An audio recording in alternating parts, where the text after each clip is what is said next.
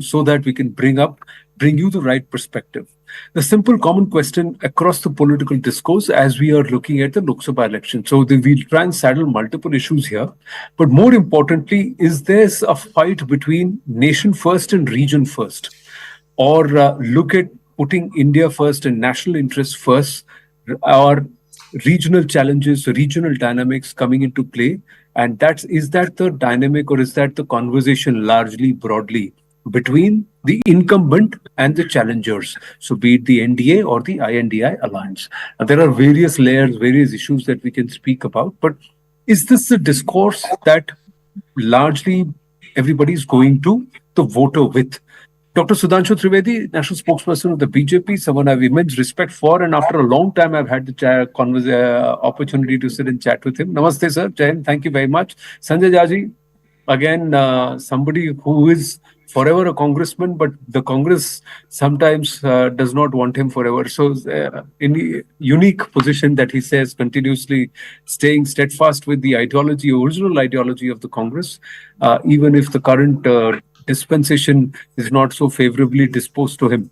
But he's somebody I admire, an entrepreneur himself, and who made his big bucks within the startup revolution, even before startups became a big thing. But Ghanshyam Tiwari with us, political commentator and academic himself, doing some phenomenal work in the education sphere, but he's also made politics his mainstay as national spokesperson of the Samajwadi Party. Aap sabko namaste, Eid Mubarak, and festive greetings on the occasion of Navratri also. So, and of course the Harvest Festival. But Sudhanshuji, this nation first aspect, Kachativu is one issue. If you look at Bengal, infiltration becomes another issue. If you look at the opposition, it's largely individual regional satraps and their interest. The BJP is trying to enter Tamil Nadu, a national party trying to get into Tamil Nadu for the first time since 1967, if my memory serves me right. Do you believe this is the discourse? And is this going to actually help you? In my opinion, it is Amrit Kal, as been said by our Prime Minister Shri Narendra Modi.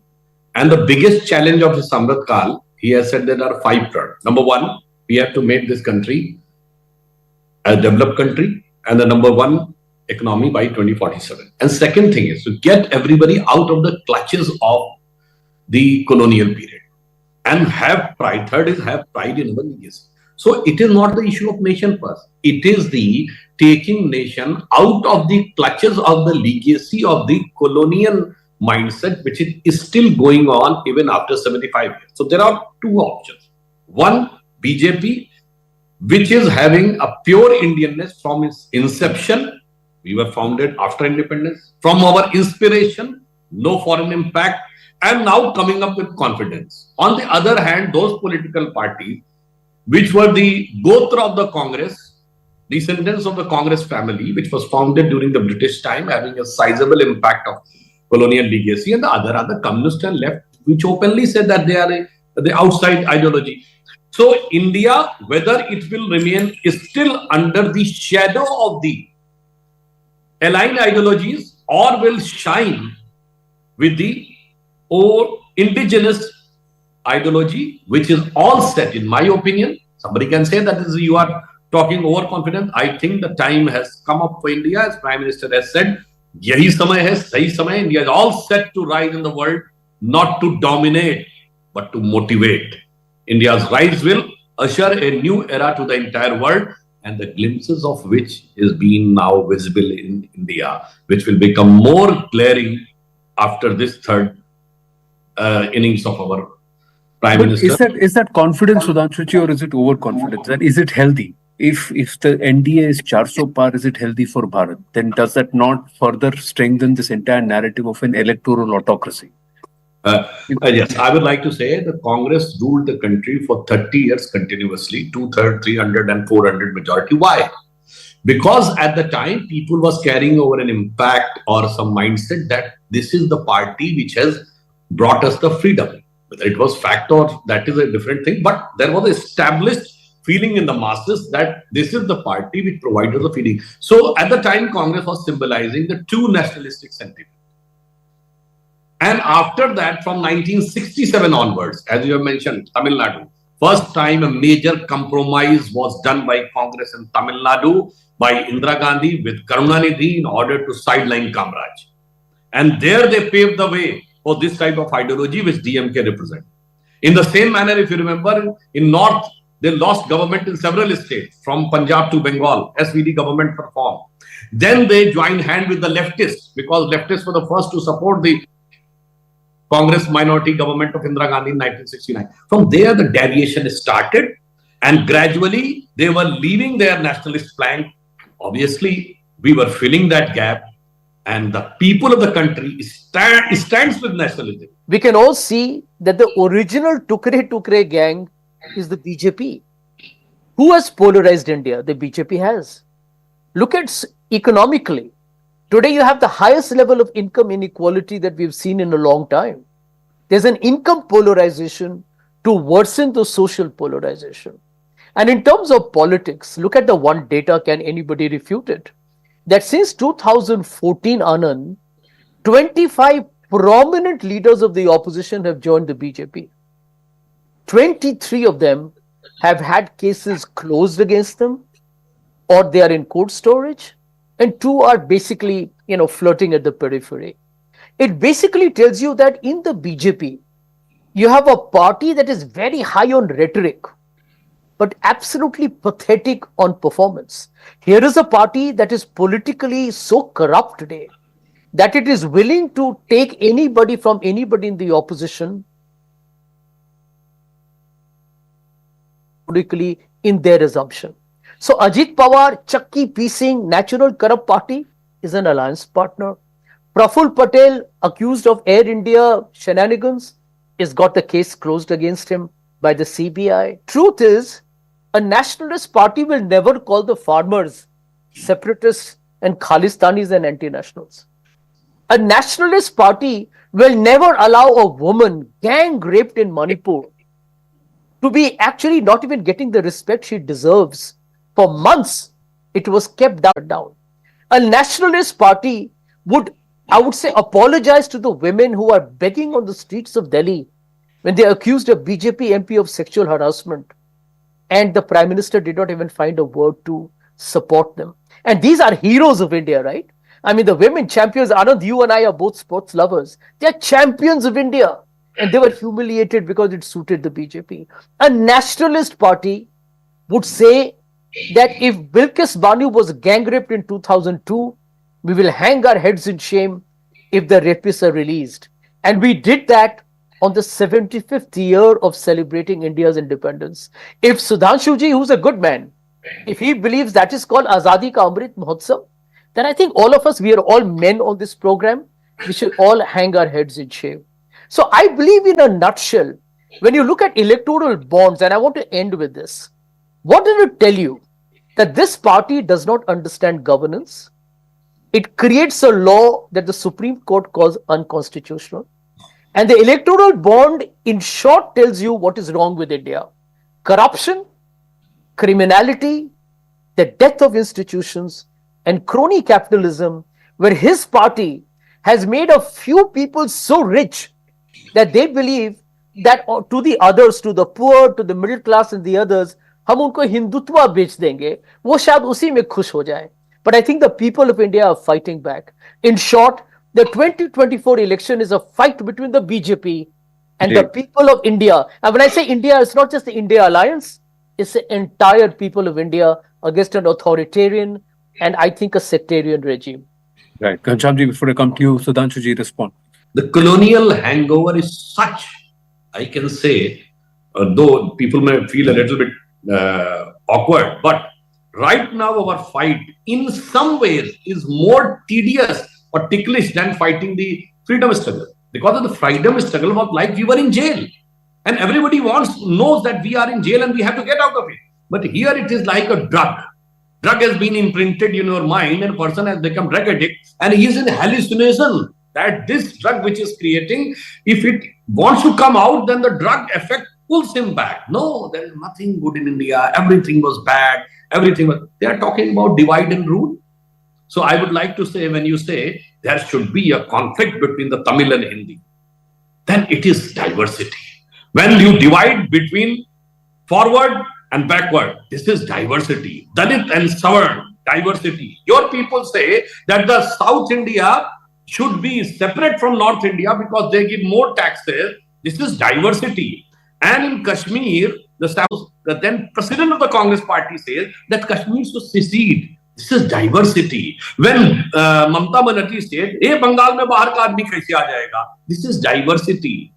And then when we talk about Ek Bharat, Shrestha Bharat, when Prime Minister talked about Kashi Tamil Sangam and using AI for the first time, I can say, in the entire history of the country, and North India, a Prime Minister is speaking and it is getting translated into Tamil.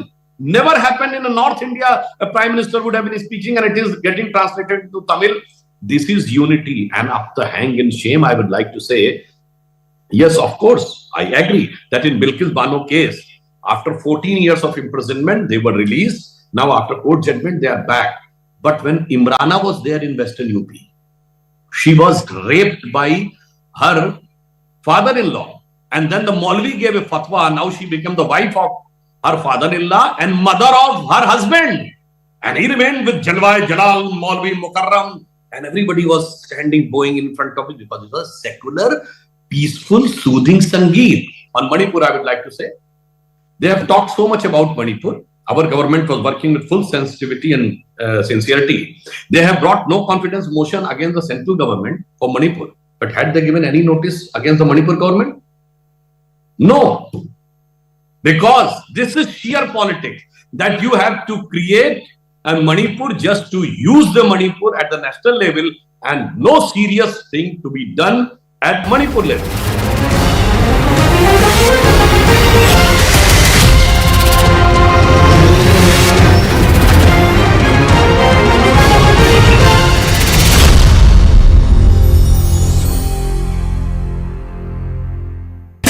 Don't.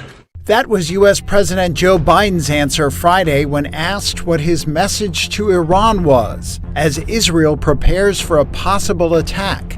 We will support Israel, we will help defend Israel, and Iran will not succeed. Warnings grew of retaliation for the killing this month of a senior Iranian commander in the country's embassy in Damascus.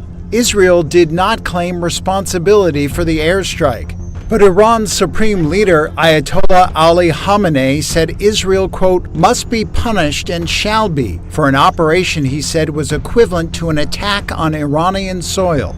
Countries including India, France, Poland, and Russia have warned their citizens against travel to the region, already on edge over the war in Gaza, now in its 7th month. Germany and Austria on Friday called on their citizens to leave Iran. The Israeli military said it had not issued fresh instructions to civilians, but spokesperson Rear Admiral Daniel Hagari asked people to remain vigilant.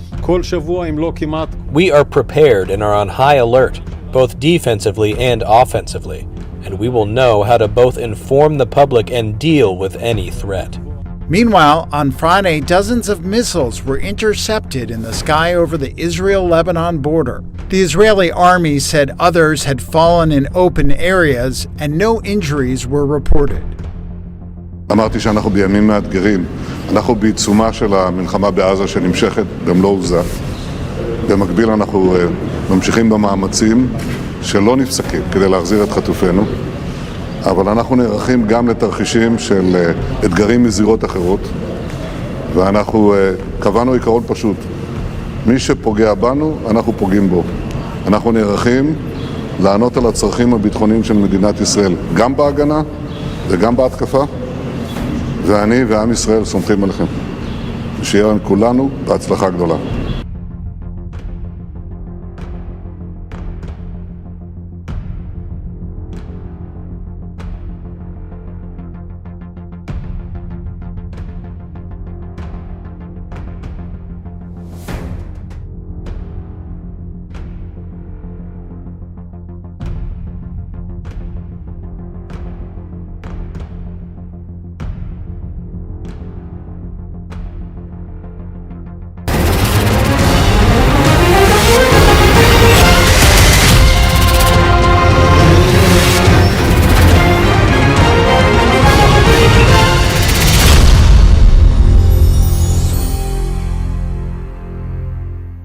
there are three aspects to this debate. One, to your viewers, is this a fight between yesterday and today? Or it's a fight for today and tomorrow? ये बीते हुए कल की लड़ाई है आज से, या आने वाले आज और कल के लिए लड़ाई है? When you think about the fight between yesterday and today, you quote certain basic numbers. For example, I quote from RBI Economic Handbook of 2023. In 2014-15, on their page 41, they note that the number of people employed in public and organized private sectors were roughly 4.68 crores. This is 2014-15. And in 22-23, the number of people employed in organized and private sectors is 4.57 crores. During that time, 10 years, every year we added 2 crore youth to our workforce. The number of people as per RBI employed in our workforce, as per RBI 2023, reduced. This is the fight. The fight is that when it gets published, that 83% of our youth are here it is, the ILO publishes that 83% of our youth are unemployed. This is the battle that the Prime Minister does not understand. The fact that Sudhanshuji anchored this debate in ideology, I want to understand what kind of ideology will be that the Indian Express publishes the leaders of, do these leaders, 25 leaders, do they belong to any ideological platter? Or under the same scheme, here's a photograph of Prime Minister with the man whose son is the main accused of a scam in which Chief Minister is in jail. This is Indian Express and every major daily published. This man is fighting for Modi Sarkar as a candidate after his family has given 59 crores. What is this ideological battle that in the 70 years, BJP has not gained so much that it has gained in just last 10 years as Chanda Do Dhanda Lo? They got 13,000 crores as donations as a party. Is this a profit-making machine? Can anybody here, in your viewers, name one honest company that gave that 13,000 crores? Can Sudhanshuji name? Haven't we seen the former and Sudhanshuji's colleague, the former national spokesperson of BJP and husband of the finance minister, Dr. Paraklava Prabhakar, saying that this is the greatest scam in the country, not just in the country, in the world? Who is the James Bond of this electoral bond which has become the greatest scam in the world? It is the Prime Minister. This is not an ideological battle. This is not a battle between yesterday and today. It's a battle between today, it is a battle for today and tomorrow. On electoral bonds, you are saying the biggest ghotala. So the 2/3 electoral bonds have come to BJP. 1/3 electoral bond has come to BJP, which is having government in 17 states. And since 2 Lok Sabha, which we are having a clear majority government. So this is ghotala. And the 2/3 which the opposition has got, ye to tika chandan laga ke de diya na. Because you are accusing and you are taking. The Congress party has got 1,461 crore of electoral bonds. And they are saying, oh, this is a corruption, which is having just 3 state governments. So in the last 2 times, they were not having even enough number to be a legitimate leader of the opposition. Trinamool Congress, just 1 state government, 1,600 crores electoral bond. The DMK, just 1 state government, 900 something crores electoral bond. Sir ये जो बातें आप लोग करते हैं ना sir, इसी के लिए बात याद आती है. फिर मैं कहूं संदेश खाली चुप. लड़कों से गलती हो जाती है about rape after the girls have committed suicide. You know, Shanti Dhariwal, the senior most minister of Rajasthan government, had said कि राजस्थान में रेप ज्यादा इसलिए होते कि राजस्थान मर्दों वाला प्रदेश. Anand ji, I would like to say about opposition one line, वो पैरवी तो झूठ की करता चला गया, वो पैरवी तो झूठ की करता चला गया, बस उसका चेहरा उतरता चला गया. And in this context again I would like to say 45 साल की सबसे बड़ी बेरोजगारी. What you are talking about, sir? I would ask the millions of viewers which are watching. 1979 comes 45 years. Look what was there in 80s. The BJP basically is, telling us in a very categorical manner that give us the victory in 2024. Forget Mahatma Gandhi, we will make it a nation of Nathuram Godse. After all, they have already had an MP who said Nathuram Godse, the assassin of Gandhiji, should have a temple in his honor. He's a nationalist. That is the nationalist Sudhanshu ji was talking about. Number two, the BJP's Operation Lotus, जिसको बहुत लोगों ने कहा ये चाणक्य नीति है शाह साहब का. I think it makes a mockery of the common man's average intelligence. कि साम दाम दंड भेद चलता रहेगा, हमको जो मन है हम वो करेंगे. मोदी जी कहेंगे ना खाऊंगा ना खाने दूंगा, लेकिन हम जी भर के खाएंगे और हम पेट भर के खाएंगे. You look at the reality that you have today an MLA stock exchange culture. Anand, you and I have lived in Bombay together. In Dalal Street, we should start an MLA stock exchange with the BJP being the proprietor and do an IPO. Let us have an MLA we can buy and sell at our own terms. My last point. The legacy of Mr. Modi are three things. Fear. I've never seen the people of India. I live in Mumbai. I know businessmen and people from industry. You're डरे हुए हैं. Is the BJP the same as the Congress was in the 70s and the 80s? A behemoth where everybody came into it and it decided how the nation would run and how the nation would think and how nation would do. If you are just the Congress of today or the Congress of yesteryears, then how does that make you any different? There is a density difference between the fundamental character of BJP and the Congress. And Congress is fundamentally a power-oriented, leader-based party. BJP is an ideology-oriented, cadre-based party. Till 70s, 80s, Congress has already seen at least half a dozen divisions in there. Vertical division. 1907, Surat, Naram Dal, Garam Dal. 1920, Response West. 1939, when Subhash Chandra Bose won despite the opposition of Gandhi, it was virtually a division. And after that, 67, Congress O, Congress R, Congress U, Congress I. Atal used to say, Congress Mai, Congress Tu, Congress I, Congress Gai. We have not seen any vertical division. Because we are a cadre-based, ideology-oriented party, there is a distinct difference. But one thing I would like to say, जो इन्होंने कहा लोग डरे हुए हैं, I would like to remind to the viewers, जब इनकी सरकार थी तो कौन सा ऐसा इलाका था जहां बम एक्सप्लोजन नहीं होते थे?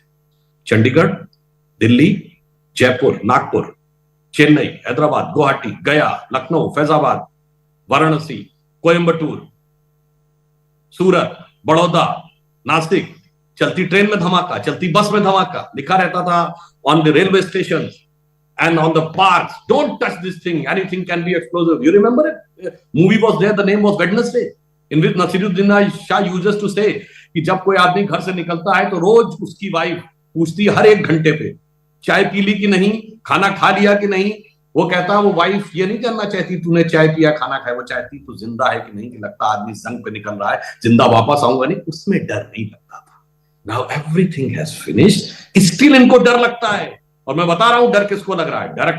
डर उनको लग रहा है those are involved in crime, those involved in corruption and those involved in anti-national things. वाकई सच और ईमानदारी और बेईमानी की लड़ाई है.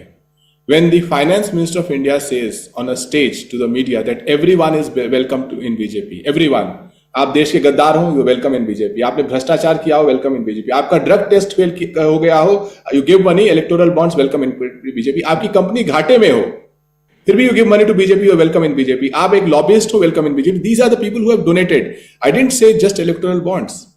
In 70 years, BJP did not raise as much money that they raised in 10 years, 13,000 crores. Less than half of his electoral bonds. Where is this money coming from? And रही बात डर किसको लग रहा है? When the sitting minister in this government says that you have two options, join the BJP or go to jail. सवाल ये डर किसको लग रहा है? When this government decides to put the journalists in jail, डर किसको लग रहा है? When they put Arvind Kejriwal in jail, when the money trail goes to BJP, डर किसको लग रहा है? When they don't want to tell the youth, and final point, because we started with unemployment and employment, I want to tell the viewers, अगर आपको 10 साल में नौकरी मिली है या भारतीय जनता पार्टी कहती है कि 44 करोड़ मुद्रा लोन दिए गए हैं, यानी कि लगभग 26 करोड़ परिवार हैं, तो हर परिवार में 2 मुद्रा लोन गए होंगे. अगर आपके मोहल्ले में भी किसी को मुद्रा लोन मिला है तो आप भारतीय जनता पार्टी को वोट दीजिए. लेकिन अगर आपका बच्चा अनएम्प्लॉयड है, पिछले 10 साल से उसकी नौकरी नहीं लगी, आपके माँ बाप को पेंशन नहीं मिली, उनकी सेविंग्स कम हो गई है, आप महंगाई ने आपकी कमर तोड़ दी है, तो ये लड़ाई बेईमानी और ईमानदारी के बीच में की लड़ाई है। आपसे बेईमानी हुई है तो इनको हटाइए, और अगर आपको लगता है कि ये ईमानदार है, आपके बेटे को मुद्रा लोन दे दिया, सुधांशु जी ने बोला कि उसका ये ईपीएफ अकाउंट हो गया है, उसके माँ बाप को पेंशन मिल रही है, बेशक, और उसके अगर वो आप किसान है, आपकी आय दोगुनी हो गई है, बेशक इनको वोट दीजिए, it's a fair point. But अगर ऐसा हुआ होता तो ये किसानों के ऊपर ड्रोन से फायरिंग नहीं करा रहे होते, पेपर लीक नहीं हो रहे होते, हमारे बच्चे इजराइल में गोली के सामने खड़े होकर के नौकरी नहीं कर रहे होते, और ये लोग बेरोजगारी के बारे में चर्चा करने से भाग नहीं रहे होते। आपको रिप्रेजेंट अखिलेश यादव को करना, वी कैन अंडरस्टैंड। जिनके जमाने में यूपी में कौन जुमराता था? Abu Salem, Chhota Shakeel, Mukhtar Ansari, Atiq Ahmad.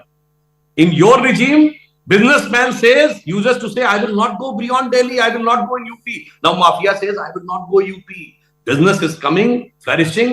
The UP has become second largest. Oh, that is an altogether different thing. I just want to say to the people, आप केवल एक चीज देखिएगा कि किसके नेताओं के परिवार की आय बढ़ी है सत्ता में रहने में। जो गरीब गुरबा की बात करते थे वो आज सबसे अमीर हो गए कि नहीं? जो मजदूर किसान की बात करते थे वो जेट पे चलने लगे कि नहीं? उनके गांवों में जेट प्लेन उतरने की एयर स्ट्रिप बन गई कि नहीं? बस ये देखिएगा कि किसने देश के लिए किया है और किसने अपने खानदान के लिए किया है, उसके बाद आप डिसाइड करिएगा कि fabulous, fantastic, very very engaging. मैं तो चाहता हूं कि ये बातें चलती रहें, लेकिन really really exceeded time.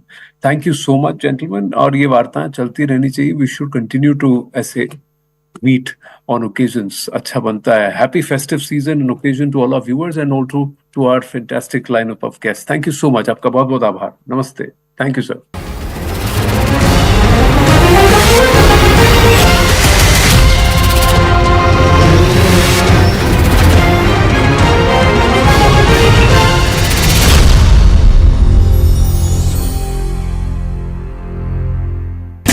Don't.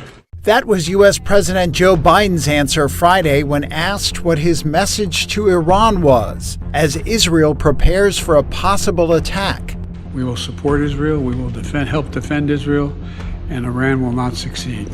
Warnings grew of retaliation for the killing this month of a senior Iranian commander in the country's embassy in Damascus. Israel did not claim responsibility for the airstrike, but Iran's supreme leader, Ayatollah